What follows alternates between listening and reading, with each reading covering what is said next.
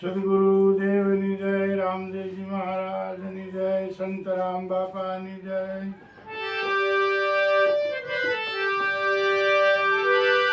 રામા રણુજાધણી તમને સંતો કરે પુકાર, પણ સંતને શાંતિ આપવા ધણી વેલી કરજો. રામા રણુજા ધણી તમને સંતો કરે છે પુકાર, સંતને શાંતિ આપવા ધણી વહેલી કરજો વાર. એ રણુજાના રામાપીર એ પોકરણગઢ અને મારવાડનો મલક, એ મારવાડના મલકમાં રામદેવજી મહારાજે જ્યારે જન્મ ધારણ કર્યો 1461માં ભાદરવા સુદ દશમ, અને બાળપણની અવસ્થામાં અનેક પરચાઓ રામદેવજી મહારાજે પૂર્યા છે, એના પુરાવાઓ છે. એમ સમય જતાં 20 વર્ષની એમની ઉંમર થઈ ચૂકી છે, અને એ પોકરણગઢમાં અવારનવાર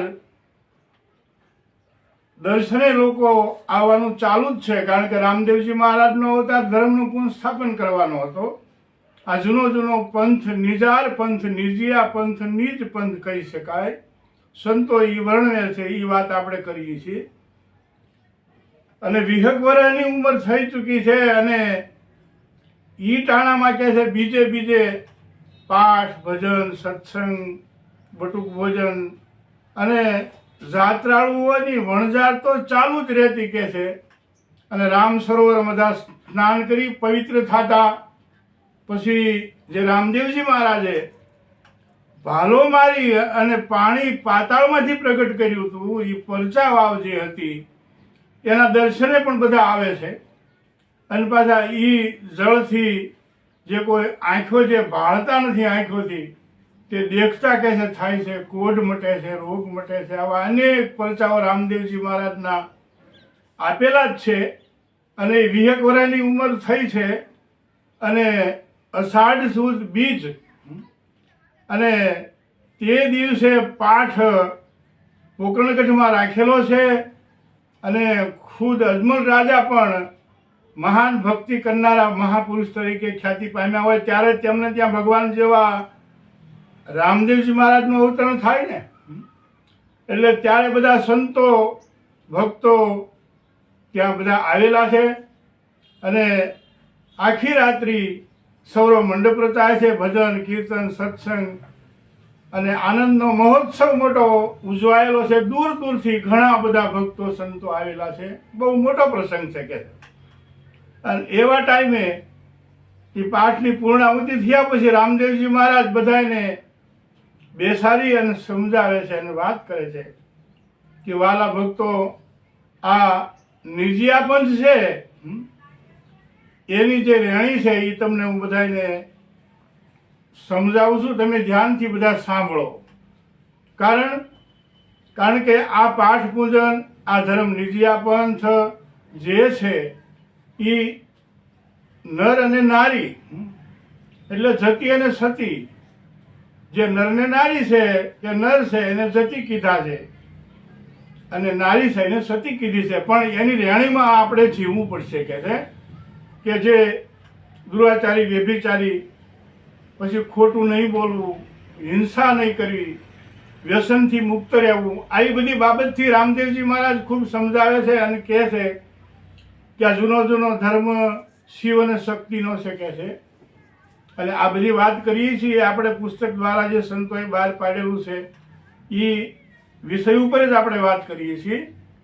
અને કહે છે એ વખતે રામદેવજી મહારાજે આ બધી વાત સમજાવતા એવું કીધું કે પ્રથમ યુગમાં પ્રહલાદ મહારાજ થયા અને સૃષ્ટિનું સર્જન થયું ત્યારે આ પાઠનું મંડાણ થયેલું છે. શિવ શક્તિનો આ ધર્મ છે, નિર્જિયા પંથ છે. અને પ્રથમ યુગમાં પ્રહલાદ મહારાજ કહે છે થયા હતા. રામ ભક્ત એના ગુરુ હતા. રત્નાવળી પ્રહલાદ ભગતના ઘરે છે, તેમના ધર્મપત્ની સતી હતા. 15 કરોડ ભક્તો થાપ્યા હતા, 5 કરોડ નિર્વાણ પદ પામ્યા હતા કે છે. અને પછી ત્રેતા યુગમાં હરિચંદ્ર મહારાજ અને સતી તારાદે થયા છે.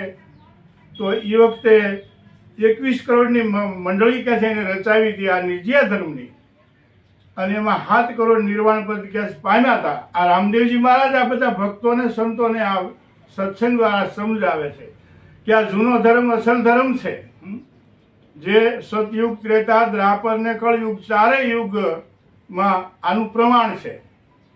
પછી દ્વાપર યુગમાં કે પાંડવો થયા છે, અને ત્યારે કૃષ્ણ અવતાર હતો, અને પાંડવો 27 કરોડ ભક્તો થાપ્યા, જેમાં સતી દ્રૌપદી અને ધર્મના ધોરી મહારાજા યુધિષ્ઠિર કે છે હતા.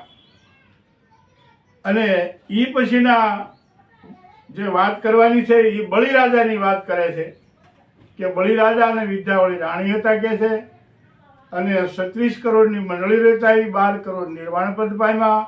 એ આ જૂનો નિજિયા ધર્મ નિજાર પંથ છે. બલિરાજા અને વિદ્યાવળી રાણીએ પણ 12 કરોડ નિર્વાણ પદ પમાડેલા. એ આપણો આ જૂનો ધર્મ છે, અને બધા ભાવ પ્રેમથી આ ધર્મને પાળજો અને એવી પવિત્રતાથી જીવશો તો આ ધર્મથી સુખી થવાય છે. આવી બધી બાબતો ખૂબ સમજાવેલી. અને પછી કીધું કે તમે જ્યારે મને કહો ત્યારે તમે પાઠ રાખો. માનો કે આ અષાઢ સુદ બીજ છે અને આવતી શ્રાવણ સુદ બીજ હોય, તમે મને વાયક આપશો તો હું તમારે ત્યાં વાયકે આવીશ. આવું રામદેવજી મહારાજે કહે છે કીધું. અને એ પછી શ્રાવણ સુદ બીજ આવી, અને બીજ અને શનિવાર હતો કે છે, એટલે બીજ ને શનિવાર એને કહેવાય છે આ ધર્મના કાયદા મુજબ. તો બીજ દિન થાવરવાર, એટલે શ્રાવણ સુદ બીજ અને શનિવાર, એટલે ત્યારે રામદેવજી મહારાજને બધા તરફથી વાયક આવે છે. એટલે વાયક પહેલા કોઈ લખાણ કે ચિઠ્ઠી કે કંકોત્રી કે એવું નહોતું, તારીખું નહોતી, સંવંત કે હતી, એમાં તિથિ અને વાર લખી અને ચોખા કંકુવાળા કરી અને આપી દે કે આ બીજ અને આ ગુરુવાર કે શનિવાર કે શુક્રવાર ત્યારે પાછા તમે પધારજો, આ તમને વાયક. એટલે સંતો ભક્તો સતી જે ધર્મના અધિકારીઓ હોય એ બધા કે છે વાયકે જતા. એવું વાયક રામદેવજી મહારાજને કે છે આવે છે. અને એ ચોખા અને કંકુનું એટલું માધ્યમ હતું કે માણસને પછી એને લખવાની જરૂર નથી રહેતી, એના અંતરમાં લખાઈ જાય છે. અંતરમાં એટલો ભાવ હોય છે, એટલો પ્રેમ હોય છે, એનો ઉભરો હોય છે, કારણ કે માધ્યમ એનું બહુ મોટું છે કે આ મહાધર્મ છે અને એના આપણા સંતોના દર્શન થશે, આપણે પવિત્ર થઈશું, એટલે એને અનહદ આનંદ હોય છે.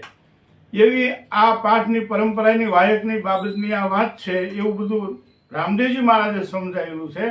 અને એ વાયક રામદેવજી મહારાજને આવે છે. અને એ વાયક આવે છે, અને વાયકમાં જે રામદેવજી મહારાજનું ભજન પણ મેં બનાવેલું છે. પણ આ 12 બીજના ધણી કહેવાના છે, કારણ કે 12 બીજના ધણીને સમરૂ નકળંગ નેજા ધારી ભજનના વાગે ભડાકા ભારી, એટલે 12 જગ્યાએ હાજરી આપેલી છે. વાગે ભડાકા ભારી ભજનના વાગે ભડાકા ભારી રે, 12 બીજના ધણીને સમરું, 12 બીજના રે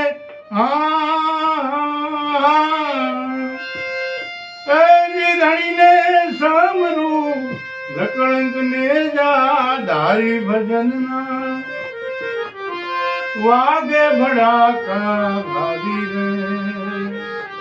ઓ વાગે ભડાકા ભારી ભજનના વાગે ભડાકા ભારી રે. આ 12 બીજ અને 12 જગ્યાએ હાજરી આપી એનું આ ભજન છે.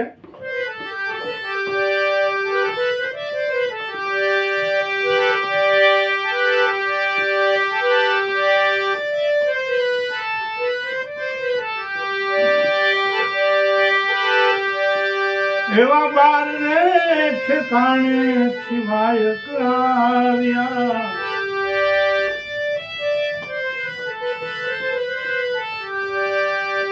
અગારણું જાની મુદાર એવા બાર રે બાર બીજના વાયક જોને આવ્યા અને અગારણું જાની મુદાર એજી સાવણી બીજને થાવરવાર છે પધારજો પોકરણ ગઢના તમે પીર એવા બાર બાર બીજના રે વાયક જોન આવ્યા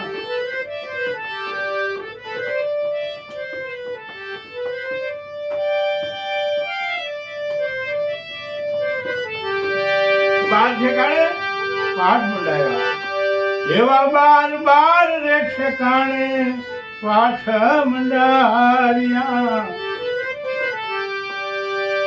પાઠે પાઠે પીરની હાજરી હોય એવો ત્રાજીએ પાઠ પીરનો માંડ્યો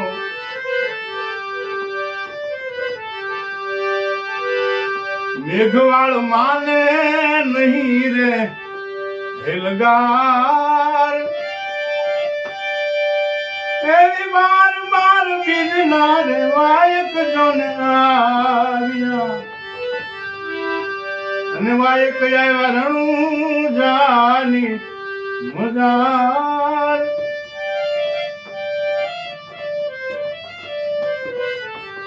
બાર બાર બીજના વાયક આવ્યા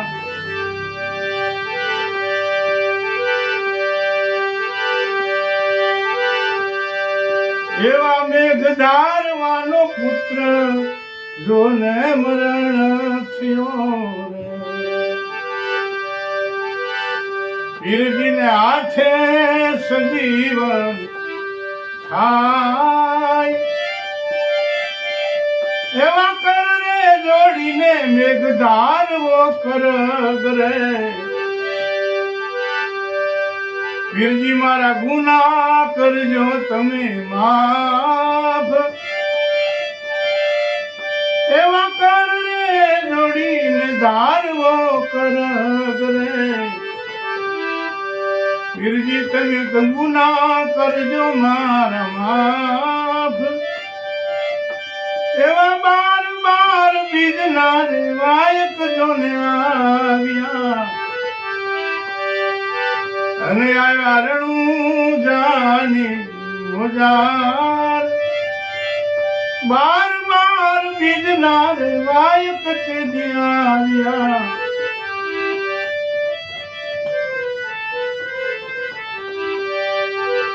એવા બાર બાર ઠેકાણે બાપજી આવ્યા બાર બીજના ધણી ધણી કહેવાય આવું સંત રામ ચરણે ધીરજ વીન મેં ધણી ધારા ન કલંક રાય એવા બાર બાર બીજના રે વાયક તે આવ્યા અને વાયક આવ્યા રણું જાની મજાર શ્રાવણી બીજને થાવરવાર છે